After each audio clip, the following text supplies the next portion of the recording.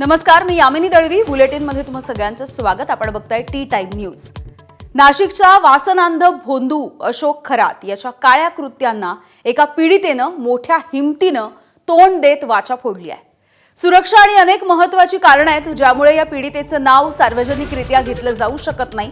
मात्र तिने जी हिंमत दाखवली, तिच्या हिमतीमुळे अनेक महिलांचं होणारं शोषण आणि बदनामी टळली आहे. तिनं दाखवलेल्या धैर्यामुळे आम्ही तिला शक्ती असं नाव दिलंय. शक्तीनं नोंदवलेल्या तक्रारीमध्ये अनेक धक्कादायक आणि तितक्याच लाजिरवाण्या बाबी समोर आल्या. आपण कृष्णाचा अवतार असून तू पूर्वजन्मीची राधा आहेस हे सांगून हा हैवान महिलांचं लैंगिक शोषण करायचा. सुरुवातीला महिलांना पेढा आणि कडवट खारट चवीचं पाणी प्यायला द्यायचा. त्यानंतर महिलांना गायत्री मंत्र म्हणायला लावायचा.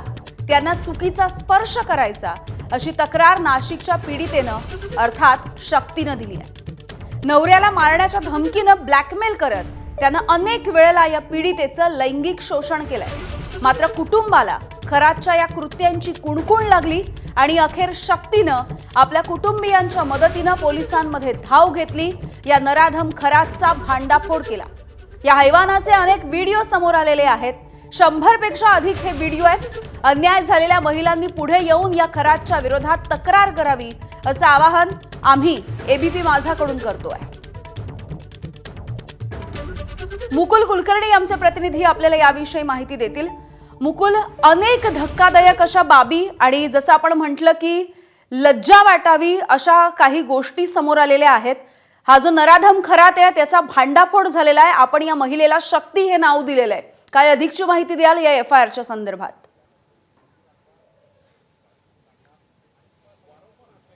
बरोबर आहे. शक्तीने जे धाडस दाखवलेलं आहे ते याच्याशी संबंधित असणाऱ्या सर्वच महिलांनी धाडस दाखवावं अशी अपेक्षा आता नाशिक पोलीस करत आहेत. कारण खूप विचित्र पद्धतीने त्याने महिलांशी लगट करण्याचा प्रयत्न केला, महिलांचं शोषण केलं, त्यांच्यावर अत्याचार केला. ज्या महिलेने तक्रार दिलेली होती तिचं लग्न होत नव्हतं, त्यामुळे ती तिच्या एका नातेवाईकासोबत ह्या भोंदू बाबाकडे गेलेली होती. त्यानंतर त्याने तिला सांगितलं की तिला एक खडा दिलेला होता, त्याचबरोबर खारट पाणी दिलेलं होतं, तिला एक पेढा खाऊ घातलेला होता आणि मी जे जे सांगतो ते तू करत जा. तू जर ते केलं नाही तर तुझं होणारं लग्न देखील होणार नाही. त्या लग्नामध्ये कुठेतरी अडथळे येतील अशा स्वरूपाची भीती घातली आणि लग्नाच्या आधीपासूनच त्याने तिच्यावर अत्याचार करण्यास सुरुवात केलेली होती. योगायोगाने त्या महिलेचं लग्न देखील जमलेलं होतं आणि सगळं आपलं व्यवस्थित झालं. बाबाच्या सांगण्यानुसार आपल्याला आशीर्वाद मिळाला. हे ज्यावेळेस तिच्या लक्षात आलं, जशी तिची श्रद्धा होती, भावना निर्माण झालेली होती, त्यानंतर त्याने परत पुढच्या पूजाविधीसाठी तिला आणि तिच्या नातेवाईकांना बोलवलेलं होतं. एकदा तर तिचा होणारा पती आणि इतर नातेवाईक हे देखील त्याच्या कार्यालयामध्ये गेलेले होते. याच्यानंतर ह्या भामट्याने तिच्या कुटुंबियांना, नातेवाईकांना कार्यालयामधनं बाहेर जाण्यास सांगितलं. मला ह्या महिलेसोबत आता एक तिला ध्यानस्थ बसवायचं आहे, तिच्याशी मला एक प्रार्थना करायची आहे असं सांगून पुन्हा तिला हे गुंगी आणणारा औषध ते दिलेलं होतं, पाणी दिलेलं होतं. ते जे ती कडवट पाणी म्हणते आहे, खारट आणि कडवट पाणी आहे. पोलिसांकडनं माहिती मिळते की त्यामुळे गुंगी येते आणि गुंगी येणारं हे औषध आहे. तो त्या माध्यमातून तिला संमोहित करत होता आणि तिच्या अंगाला स्पर्श करायचा आणि तिच्याशी गैरकृत्य करायचा. हे केवळ एकाच महिलेसंदर्भात झाले का असं नाही, तर त्या कार्यालयामध्ये जे आता 100 व्हिडिओ असल्याचं कळतं आहे किंवा 100हून अधिक प्रकरणं असल्याचं कळतं आहे. हे सर्व प्रकरणं एका खोलीमधले आहेत, म्हणजे त्याच्या कार्यालयामध्ये आहेत. या व्यतिरिक्त तो आणखी कुठे कुठे महिलांशी अशा संबंधांमध्ये अत्याचार करत होता, कुठे कुठे महिलांना बोलवायचा, कुठे कोणाच्या घरी जात होता, हे मात्र अद्याप पोलीस तपासामध्ये उघडकीस आलेलं नाहीये. त्यामुळे कधी हातामध्ये बांधण्यासाठी खडा देणं, कधी कुठलं तरी आता या एफआयआर मध्ये असं देखील म्हटलेलं आहे की लग्न झाल्यानंतर तुझ्या बेडरूम मधली जी धूळ आहे, जी माती आहे, ती माझ्याकडे घेऊन ये. काहीतरी त्याच्या बेड खाली ठेवण्यासाठी तो पाणी देखील देत होता. त्यामुळे अघोरी प्रकार तो करत होता, विश्वास निर्माण करण्याचा प्रयत्न करत होता आणि ह्या प्रयत्नांच्या माध्यमातून तो महिलांचं शोषण करत होता, त्यांच्यावर अत्याचार करत होता. आता एका महिलेने धाडस दाखवलेलं आहे, इतर महिलांनी देखील पुढे यावं आणि याची जागा म्हणजे आता पोलिसांनी त्याला अटक केलेली आहे. आता तो पोलीस कोठडीमध्ये आहे, मात्र त्याला कायमचं गजाआड करावं यासाठी नाशिक पोलीस आणि यासाठी नेमण्यात आलेली एसआयटी प्रयत्न करत आहे. अगदी मुकुल, धन्यवाद या सगळ्या सविस्तर माहितीसाठी. नाशिकमधील भोंदूबाबा अशोक खरात याने महिलांवरती अत्याचार केल्याचे तब्बल 100 पेक्षा अधिक व्हिडिओ आहेत. ही धक्कादायक माहिती समोर येते आहे। SIT प्रमुख सातपुते यांच्या चौकशीमधून ही धक्कादायक माहिती समोर आली आहे। खरातच्या घरामध्ये घेतलेल्या झडतीमध्ये 2 लॅपटॉप, 8 लाखांची रोकड सापडली आहे। पिस्तूल आणि जिवंत काडतुसं देखील सापडली आहेत। मालमत्तांची कागदपत्र देखील त्याच्या घरामध्ये घेतलेल्या झाडाझडतीमधून समोर येत आहेत।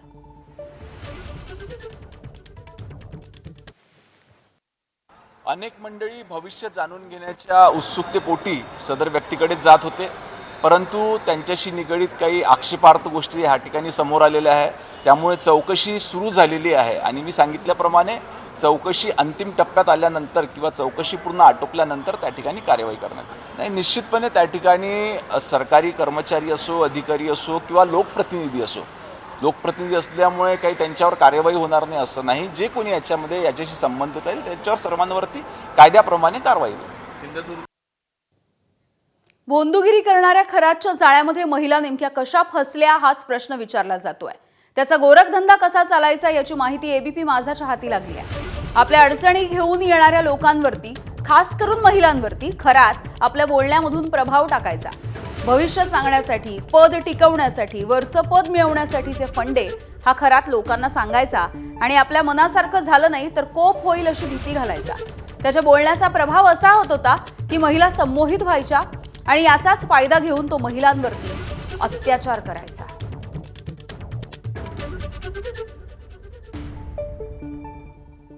अशोक खरात महिला अत्याचाराच्या प्रकरणी महिला आयोगाच्या अध्यक्षा रुपाली चाकणकर यांच्या अडचणी आणखी वाढण्याची शक्यता आहे। चाकणकरांचे आणखी काही व्हिडिओ समोर आलेत। या व्हिडिओमध्ये रुपाली चाकणकर अशोक खरातच्या हातून केक खाताना दिसतात। महिलांना पोथी पुराणाच्या ऐवजी संविधान हातात घ्या असं सांगणाऱ्या रुपाली चाकणकर यांनीच या भोंदूबाबाचे पाय धुतल्याचे व्हिडिओ देखील आपण पाहिलेत। रुपाली चाकणकर यांचे हे व्हिडिओ सध्या सोशल मीडियावरती व्हायरल होत आहेत। या सगळ्यांमध्ये जन्म देणारी आई म्हणून ती माझी गुरु, मला चालायला बोलायला शिकवलं माझ्या वडिलांनी म्हणून ते होते गुरु। पण मी कोण आहे, माझा जन्म कशासाठी झाला, मला जन्मात येऊन करायचे काय हे सांगणारे गुरु माऊली तुम्ही, म्हणून मी तुमच्या समोर उभी आहे। आज मी जे काय आहे, रुपाली चाकणकर म्हणून जे काही करत आहे ते माझं सारं अस्तित्व तुमचं आणि या गुरु माऊलीचं आहे। नाशिकच्या भोंदूबाबाच्या अत्याचाराच्या प्रकरणामध्ये राष्ट्रवादीच्या वरिष्ठ नेत्यांची येत्या 2 दिवसात बैठक होणार आहे। प्रत्येक वेळेला आरोप झाले की नेत्याचा राजीनामा घ्यायचा का असा सूर काही वरिष्ठ नेत्यांचा आहे। नेत्यांच्या बैठकीमध्ये चाकणकरांचं मत देखील जाणून घेतलं जाईल असं कळतंय। या प्रकरणामध्ये चाकणकर यांचा सहभाग होता का हे तपासलं जाईल। यानंतर योग्य तो निर्णय घेतला जाईल अशी माहिती समोर आली आहे।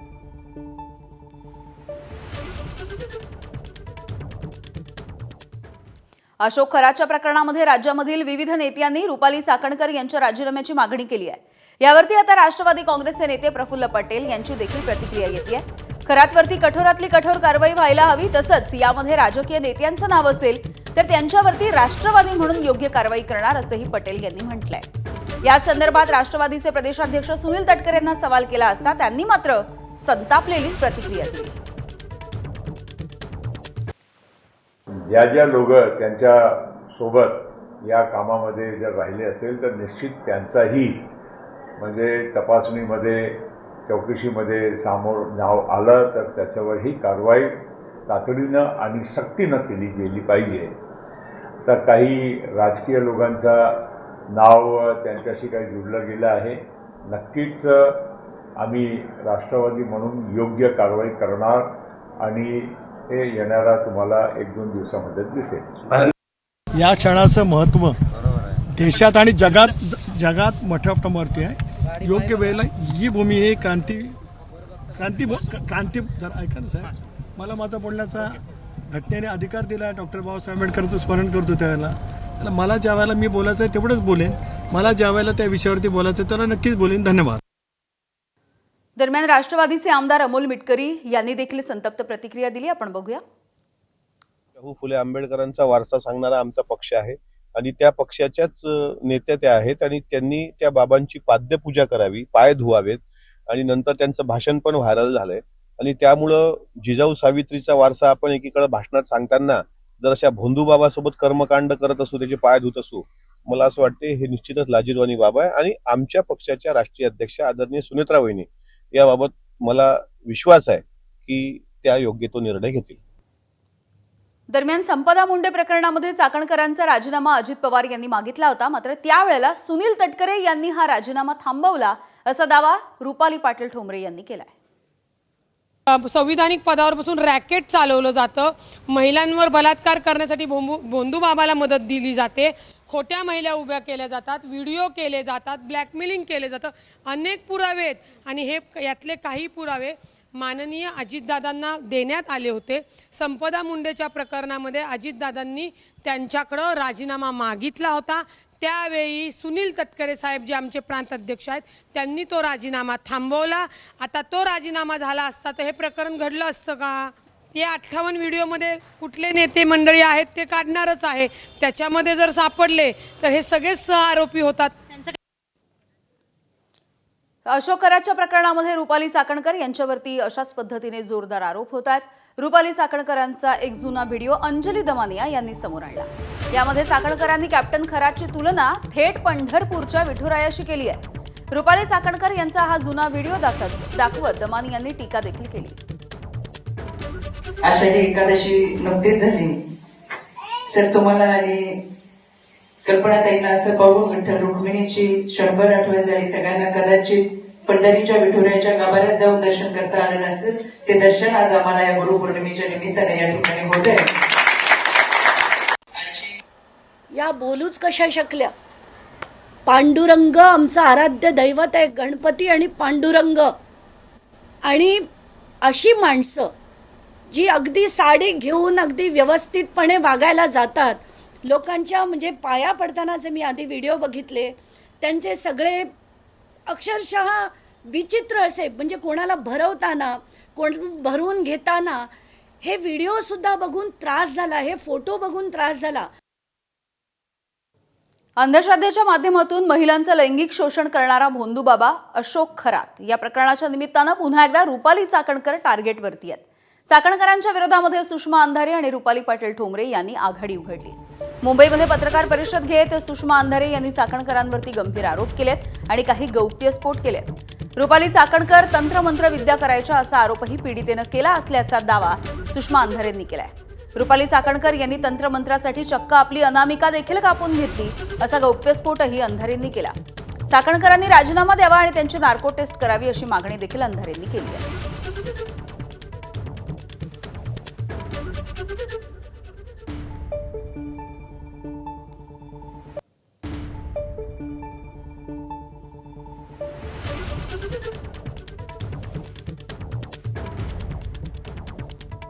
तर सुषमा अंधारे यांनी आज पत्रकार परिषद घेतलेली होती आणि रुपाली चाकणकर यांचे भोंदू बाबा खरात याच्यासोबतचे काही फोटो देखील त्यांनी दाखवले होते. चाकणकर आणि खरात यांच्या फोन कॉलचे CDR चेक करा असं देखील अंधारेंनी म्हटलंय. गृहमंत्री खरंच जर लाडके भाऊ असतील तर ते तातडीनं या सगळ्यावरती कारवाई करतील असंही त्यांनी म्हटलेलं आहे. माझी पहिली मागणी असेल की चाकणकर यांना तातडीने अटक केली पाहिजे. पहिली. दुसरी मागणी काय आहे आमची? चाकणकरांची ज्याला आपण कन्फ्रंटल एन्क्वायरी म्हणतो, समोरासमोर बसून, ती कन्फ्रंटल एन्क्वायरी ती झाली पाहिजे. तिसरं, चाकणकरांची नार्को टेस्ट झाली पाहिजे. एका पीडितेने सांगितलं की चाकणकर स्वतः तंत्रमंत्र विद्या करत होत्या आणि अक्षरशः आपली अनामिका कापणे. इथे एक मोठं बँडेज दिसतंय. चाकणकरांच्या अनामिकेला एक मोठं बँडेज आहे. मी याच्या अलीकडचा पण एक फोटो आहे 9 सप्टेंबरचा. 9 सप्टेंबरला त्या एका कार्यक्रमात बोलताना दिसतात आणि या सगळ्यांच्या तारखा आहेत. हे बघा इथे सुद्धा बँडेज आहे. हा 9 सप्टेंबरचा फोटो आहे. हा 12 सप्टेंबरचा फोटो आहे. मला कळेना की हा सप्टेंबरचा दिवस कसा आहे. आणि मग हे सगळं शोधल्यानंतर लक्षात आलं की 2 सप्टेंबर 2024ला सोमवती अमावस्या होती. ज्या बाईंना महिला आयोगाच्या अध्यक्षपदी बसवलेलं आहे त्या बाई 2 सप्टेंबर 2024ला सोमवती अमावस्येच्या दिवशी स्वतःची अनामिका कापून अशा पद्धतीची तंत्रमंत्र विद्या करतात. मला असं वाटतं की गृहमंत्री कदाचित कोणालाही या प्रकरणी सोडणार नाहीत जर गृहमंत्री खरेच महाराष्ट्रातल्या बहिणींचे लाडके भाऊ असतील आणि लाडक्या बहिणींचं अशा पद्धतीने लैंगिक शोषण होत असताना ते लैंगिक शोषण करणाऱ्या एखाद्या लिंगपिसाट माणसाला महिला आयोगाची अध्यक्षच पाठीशी घालत असेल तर अशा महिलेला, मी चाकणकरांचा उल्लेख महिला असा करते, अशा महिलेला मला नाही वाटत की राज्याचे गृहमंत्री पाठीशी घालतील. गृहमंत्र्यांनी यावर तात्काळ कारवाई केली पाहिजे. तर अशोक खरातच्या प्रकरणी राष्ट्रवादीच्या रुपाली चाकणकर यांची महिला आयोगाच्या पदावरून हकालपट्टी करा अशी मागणी जोर धरतीये. यावरूनच काँग्रेसचे प्रदेशाध्यक्ष हर्षवर्धन सपकाळ हे चांगलेच संतापले. सरकार अशा व्यक्तींना वाचवण्याचा प्रयत्न करत असून जनाची नाही तर मनाची सुद्धा लाज सरकारमध्ये उरलेली नाही अशा शब्दामध्ये त्यांनी हल्लाबोल केलाय. जनाची नाही तर मनाची देखील लाज आता या सरकारमध्ये उरलेली नाही. एक मंत्री एका दोरी तिन्ही रमी विधान भवनात खेळतो. एक मंत्र्याच्या आईच्या नावावर लायसन्स असतं, तिथे डान्स बार मध्ये बारबाला नृत्य करतात. कुठे बलात्कार होत असताना महिला किंचाळली असती तर बलात्कार झाला नसता असं सांगितलं जातं. आणि या सर्वांमध्ये आता मला पहा आणि पानफुल व्हा असं ज्यांचं एकंदरीत कारकीर्द आहे अशा महिला आयोगाच्या अध्यक्षा त्यांना तात्काळ बरखास्त करावं ही देखील आमची मागणी आहे. तर भोंदूगिरी करणारे सर्वच्या सर्व जेरबंद होतील असं मंत्री बावनकुळेंनी म्हटलंय. अशोक खरातच्या प्रकरणामध्ये महसूल मंत्री चंद्रशेखर बावनकुळे यांनी हा इशारा दिलाय.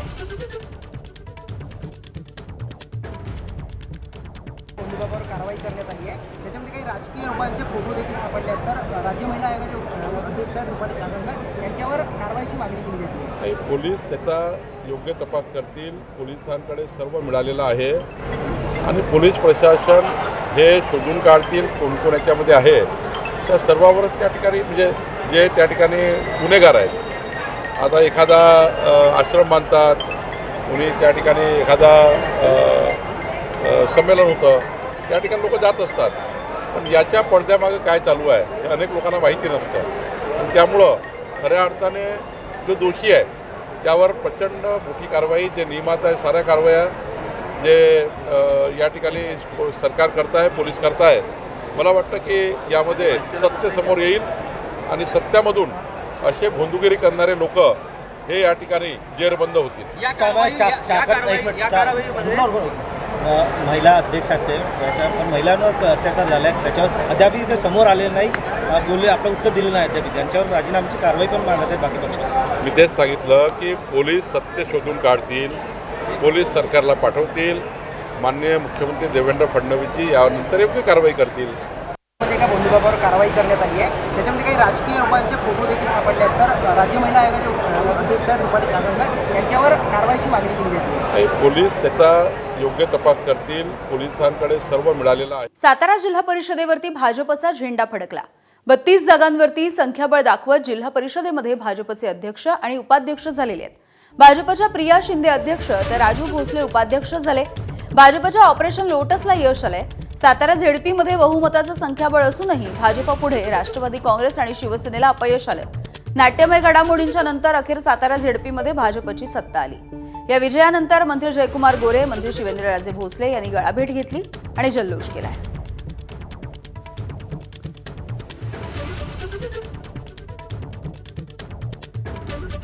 थोडी संख्या इकडे तिकडे झाली की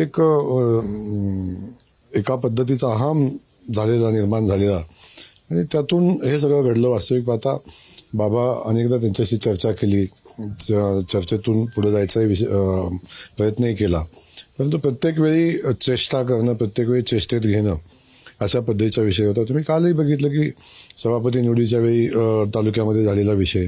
मी आजही सांगतो की मी ठरवलं असतं तर मानचे सभापती माझाच असता, पण मी जन्मताचा कौल स्वीकारला होता. पहिला आमच्या उपमुख्यमंत्र्यांकडे मी शिंदे साहेबांकडे मांडेन, आवाताई वहिनी साहेबांच्याकडे मांडतील आणि मग आम्ही तो मुख्यमंत्र्यांकडे मांडू नंबर 1. आणि गुन्हा दाखल करायला मस्त आम्ही जाऊ. पोलिसांना कुठे गुन्हे दाखल करायची सवय लागली, त्यामुळे खरा गुन्हा दाखल करून पोलीस घेणार नाहीत. त्यामुळे आम्ही न्यायालयात दाद मागू. आम्ही न्यायालयाकडे वस्तुस्थिती मांडून न्यायालयाच्या आदेशानं मग पोलिसांना न्यायालयाचा आदेश डावलू शकत नाही. काय सांगताय?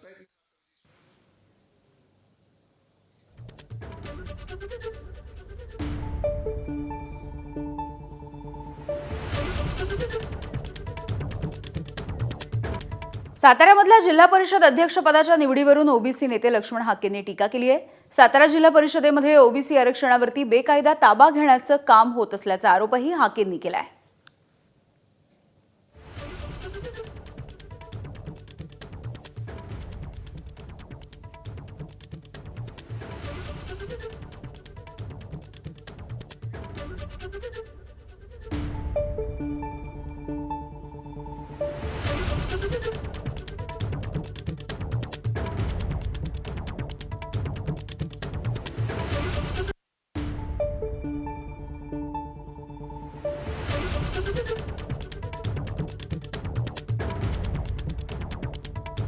सातारा जिल्हा परिषद अध्यक्षपदाच्या निवडीमध्ये मूळ ओबीसीच्या आरक्षणाचा मुडदा पाडण्यात आलेला आहे. मी ओबीसी बांधवांना आता तुटोस्तर ओढून सांगतोय की तुमचं आरक्षण संपलंय, तुमचं आरक्षण संपलंय. ज्या भाजपनं आमचा डीएनए ओबीसी आहे असं म्हणून तुमच्या तोंडाला पानं पुसली, त्याच भाजपनं आज जिल्हा परिषदेच्या अध्यक्षपदी प्रिया शिंदे नावाच्या मराठा कुणबी सर्टिफिकेट असणाऱ्या बोगस ओबीसी दाखला असणाऱ्या व्यक्तीला साताऱ्याच्या जिल्हाध्यक्षपदी निवड केली.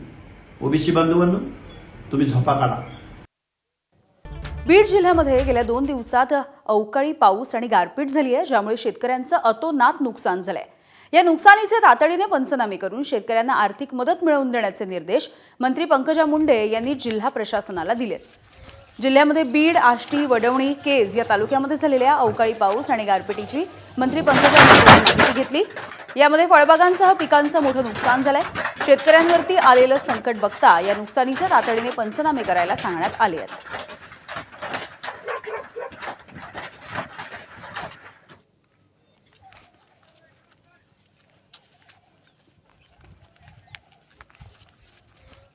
वाशिम जिल्ह्यामध्ये सलग दुसऱ्या दिवशी अवकाळी पावसाने हजेरी लावली. मानोऱ्याच्या विठोली परिसरामध्ये अवकाळी पाऊस झालेला आहे. काही ठिकाणी हलक्या स्वरूपाची गारपीट देखील झाली आहे. गहू, हरभरा आणि रब्बीची पिकं सध्या काढणीच्या मार्गावरती आहेत. अशातच या अवकाळी पावसामुळे पिकांसह फळबागांचं देखील नुकसान होण्याची भीती आहे. विदर्भासह मराठवाड्याला आज पावसाचा येलो अलर्ट.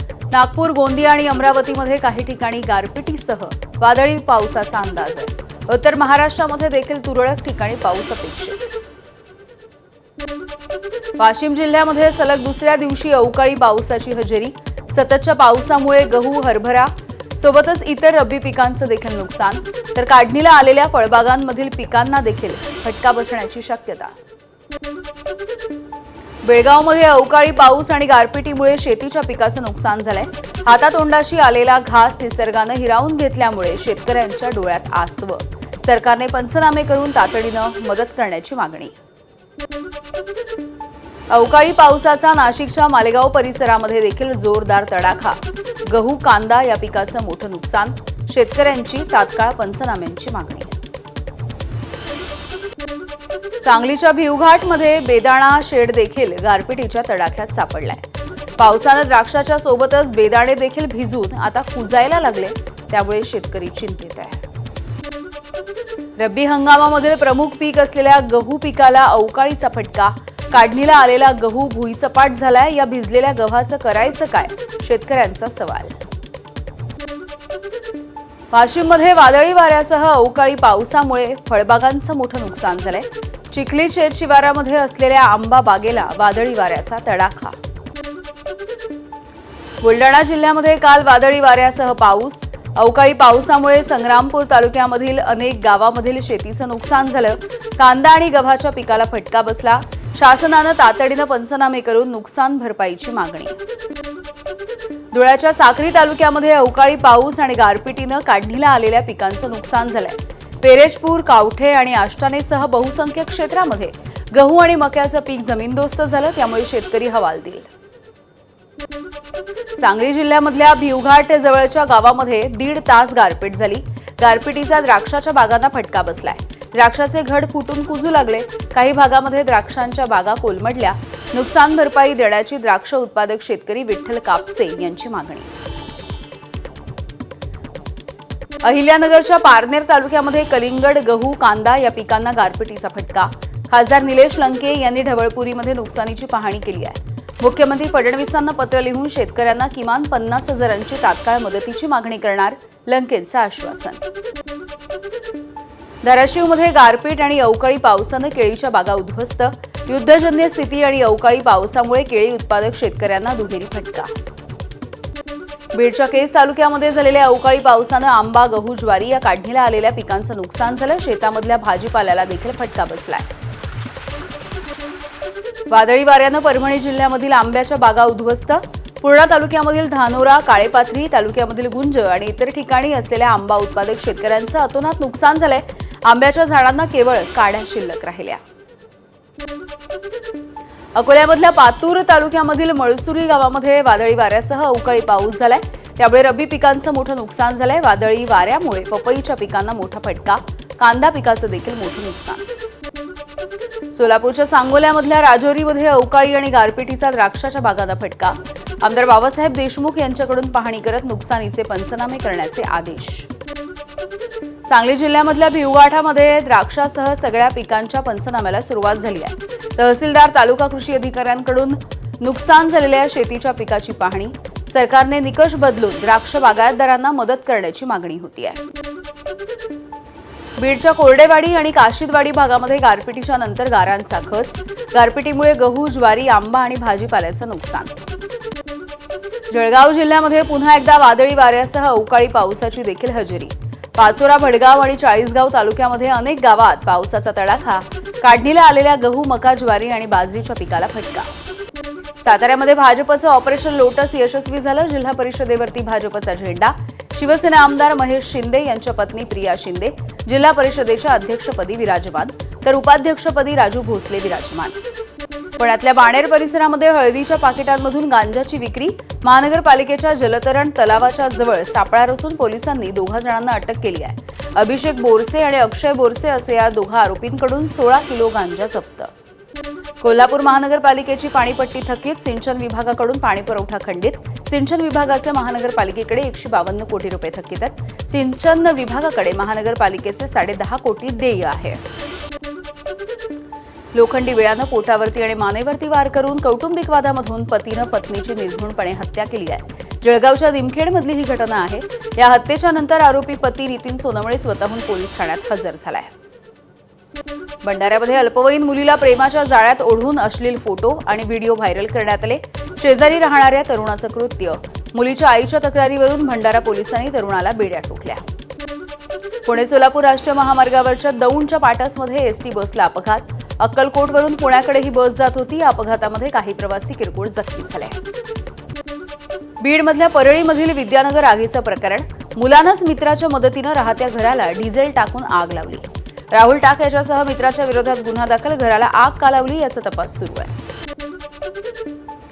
कोल्हापूर महानगरपालिकेची पाणीपट्टी थकीत. सिंचन विभागाकडून पाणीपुरवठा खंडित. सिंचन विभागाचे महानगरपालिकेकडे 152 कोटी रुपये थकीत आहेत, तर सिंचन विभागाकडे महानगरपालिकेचे 10.5 कोटी देय. मुंबईतील पाणी टंचाईच्या विरोधात मालाडमध्ये मनसेचं आंदोलन. मालाडमधल्या आप्पापाडा परिसरामध्ये गेल्या काही दिवसांपासून पाण्याची टंचाई आहे. आक्रमक मनसेच्या कार्यकर्त्यांनी महानगरपालिकेचं गेट बंद केलं आहे. पुण्याच्या पाषाण भागामध्ये 3 कोटी रुपये खर्च करून L&T कडून बांधून घेतलेल्या पाण्याच्या टाकीला गळती लागली. त्यामुळे लाखो लिटर पाण्याची नासाडी. वारंवार केलेल्या तक्रारीच्या नंतर महानगरपालिकेचं दुर्लक्ष. त्यामुळे भीषण पाणी टंचाई.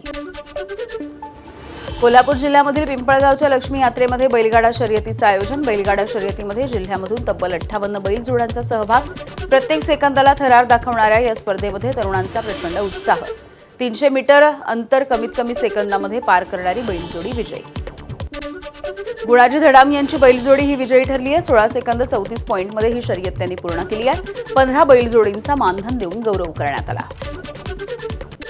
पाण्याच्या शोधात असलेल्या बिबट्या विहिरीमध्ये पडला. नांदेडच्या माहूर तालुक्यामधल्या गोकुळ गोंडे गाव इथली ही घटना आहे. वनविभागानं पिंजरा विहिरीमध्ये सोडून या बिबट्याला बाहेर काढलंय.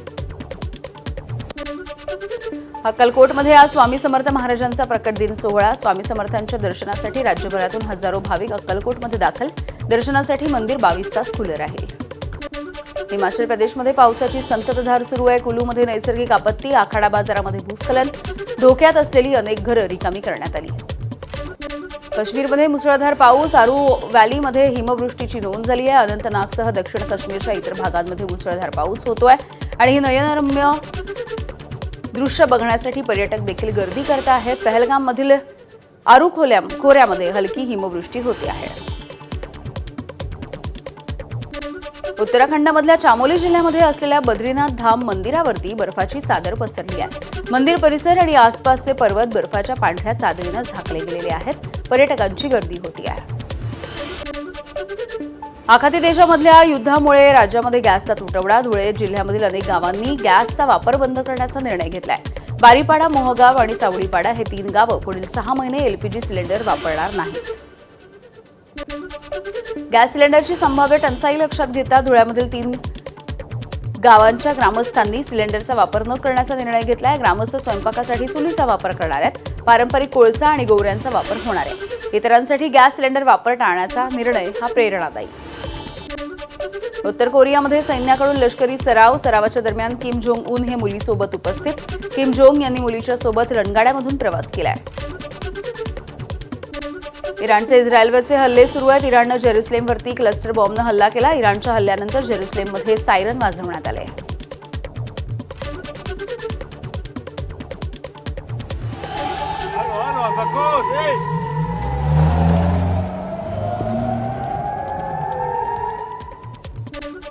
इस्रायली सैन्याचा इराणी लष्करी जहाज आणि कमांड सेंटर्सवरती देखील हल्ला.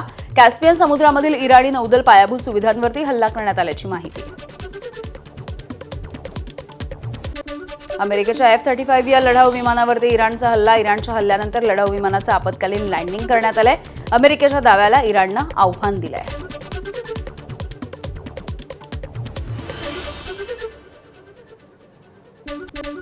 इराणचे इस्रायलवरचे हल्ले सुरू आहेत. इराणचा इस्रायलवरती मोठा हल्ला. इस्रायलवरती क्षेपणास्त्र डागण्यात आली. हल्ल्यामुळे दोन्ही देशांमधला तणाव हा धोकादायक वळणावर.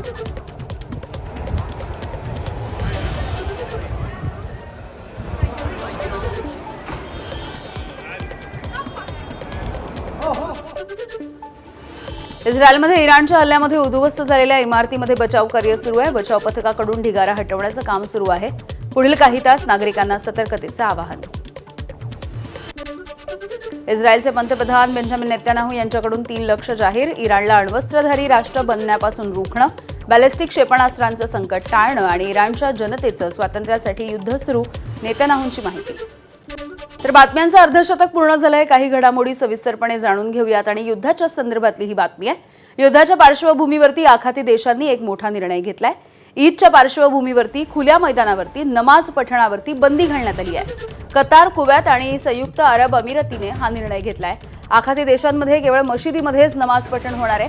आखाती देशांनी खुल्या मैदानामध्ये होणाऱ्या मेळाव्यांवरती देखील बंदी घातलेली आहे.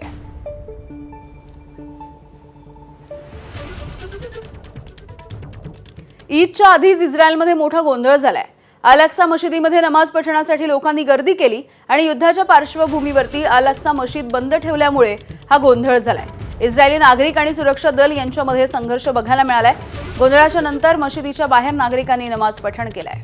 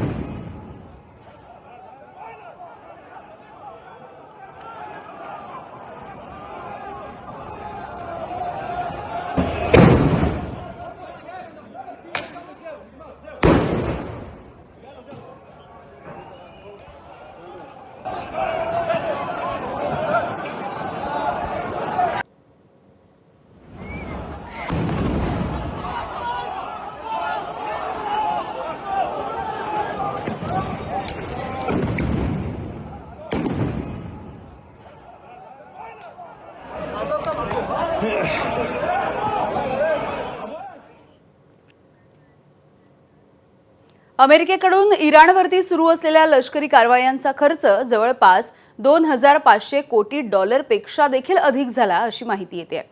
पेंटागॉनच्या अहवालानुसार पहिल्या 6 दिवसांमध्ये जवळपास $11.3 कोटी इतका खर्च झाला आहे.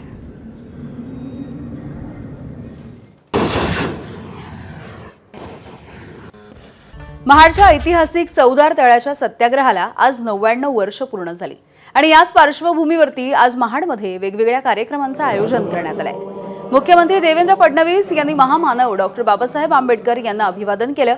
महाडच्या ऐतिहासिक चौदार तळे सुशोभीकरण आणि जलशुद्धीकरणाच्या राज्य सरकारकडून या प्रकल्पासाठी 55 कोटी रुपयांचा निधी मंजूर करण्यात आला होता आणि त्याचं भूमिपूजन मुख्यमंत्री देवेंद्र फडणवीस यांच्या हस्ते आज पार पडलं आहे.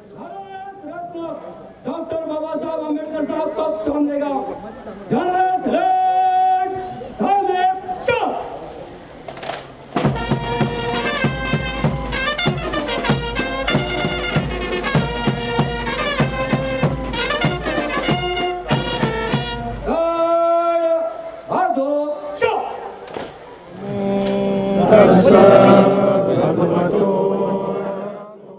या देशामध्ये विषमतेने ज्या प्रकारे व्यवस्था उभी केली होती त्या व्यवस्थेमुळेच आपल्याला गुलामगिरी स्वीकारावी लागली आणि म्हणून कधीच आपल्या देशात ही विषमता येऊ नये अशा पद्धतीनं काम झालं पाहिजे. म्हणूनच आजच्या दिवसाचं महत्त्व आहे. कोल्हापूरमधल्या पिंपळगावच्या लक्ष्मी यात्रेमध्ये बैलगाडा शर्यतीचं आयोजन करण्यात आलं आणि या बैलगाडा शर्यतीमध्ये जिल्ह्याभरातून 58 बैलजोड्यांनी सहभाग घेतला. प्रत्येक सेकंदाला थरार दाखवणाऱ्या या स्पर्धेमध्ये तरुणांचा मोठा उत्साह होता. 300 मीटर अंतर कमीत कमी सेकंदामध्ये जी बैलजोडी पार करेल त्या बैलजोडीला विजयी घोषित करण्यात आलं. कोल्हापूरमधल्या पोळगावच्या गुणाजी बाळू धडाम यांच्या बैलजोडीनं 16 सेकंद 34 पॉइंटमध्ये ही शर्यत पूर्ण केली. या स्पर्धेमध्ये 15 बैलजोड्यांचा मानधन देऊन सन्मान करण्यात आला, गौरव करण्यात आला.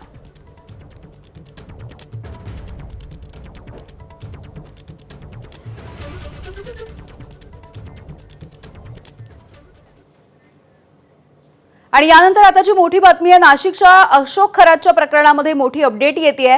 या अशोक खरातचं बिंग फोडणारा नीरज जाधव याला हा पोलिसांच्या ताब्यात आलेला आहे. नाशिक क्राईम ब्रांचनं नीरज जाधव याला ताब्यात घेतलेला आहे. नीरज जाधवच्या विरोधामध्ये शिर्डीमधल्या पोलीस ठाण्यात गुन्हा दाखल आहे. पीडित मुलीला तिचे मॉर्फ व्हिडिओचे स्क्रीनशॉट पाठवल्याच्या प्रकरणी नीरज जाधवच्या विरोधात गुन्हा दाखल करण्यात आला. नीरज जाधवनं खरातच्या केबिनमधील सीसीटीव्ही फुटेज बाहेर आणलं असाही संशय आहे. 100 पेक्षा अधिक महिलांचा लैंगिक शोषणाचे व्हिडिओ आतापर्यंत या प्रकरणामध्ये समोर आल्याची माहिती आहे. मुकुल कुलकर्णी आपल्याला अपडेट्स देतात याविषयीची. मुकुल, हा जो नीरज जाधव आहे त्याला आता पोलिसांनी ताब्यात घेतलेला आहे. काय अधिकची माहिती आहे या प्रकरणी?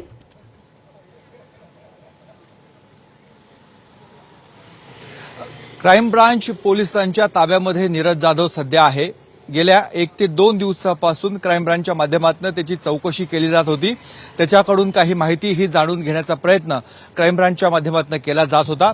आता त्याला सध्या आताही त्याची चौकशी सुरू आहे. मात्र खूप मोठी घडामोड कॅप्टन अशोक खरात प्रकरणामधली आहे. अशोक खरात याला अटक करण्यात आलेली होती. त्यानंतर या प्रकरणाचे धागे एकमेकांशी जोडण्याचा प्रयत्न नाशिक पोलिसांच्या माध्यमातून केला जात होता. नीरज जाधव हा तोच व्यक्ती आहे ज्याच्या विरोधात शिर्डीमध्ये एक गुन्हा दाखल करण्यात आलेला आहे. एका महिलेने त्याची बदनामी करत असल्याचं कारण सांगून याच्यावर गुन्हा दाखल केला होता आणि त्या प्रकरणी हा जो तपास आहे हा तपास देखील एसआयटीच्या प्रमुख सातपुते यांच्याकडे देण्यात आलेला होता. त्यामुळे ज्यावेळेस एसआयटी प्रमुख म्हणून सातपुते यांची नियुक्ती झाली या तीनही म्हणजे नाशिकच्या वावी, सरकारवाडा आणि शिर्डी या तीनही पोलीस ठाण्याअंतर्गत जे जे गुन्हे दाखल झालेले आहेत ते अशोक खरात याच्याशी संबंधित आहेत. त्या गुन्ह्यांचा तपास आता पोलीस करत आहेत, एसआयटी टीम करत आहेत आणि याच वेळी एका बाजूला तिन्ही गुन्ह्यांचा आढावा पोलिसांच्या माध्यमातून घेतला जात असताना दुसऱ्या बाजूला नाशिकच्या क्राईम ब्रांच युनिट 1 मध्ये हा जो नीरज जाधव आहे याच्याकडून देखील जबाब घेण्याचं काम हे नाशिक पोलीस करत आहेत. अद्याप त्याला अटक करण्यात आलेली नाहीये. फक्त त्याला चौकशीसाठी ताब्यात घेतलेले आहे, त्याच्याकडून जबाब घेतले आहे. परंतु हा आरोपी नाशिक रोड शिर्डी पोलिसांमध्ये याच्या विरोधात गुन्हा दाखल आहे. बरं, धन्यवाद मुकुल. माहितीसाठी वेळोवेळी अपडेट जाणून घेऊ. चीनी बनावटीचा रोबोट आपणच विकसित केल्याचा दावा करून गलगोटिया विद्यापीठानं आंतरराष्ट्रीय स्तरावरती भारताला मान खाली घालण्याची वेळ आणली. मात्र याच गलगोटिया विद्यापीठाला IIT मुंबईकडून आता नव्या प्रकल्पासाठी 42 लाख रुपये संशोधन निधी देण्यात आलाय. आंबा आणि कलिंगड पिकल्याची माहिती देणारं तंत्रज्ञान विकसित करण्यासाठी हा संशोधन निधी उपलब्ध करून दिल्याचं विद्यापीठानं सांगितलंय. ABP माझा, उघडा डोळे बघा नीट.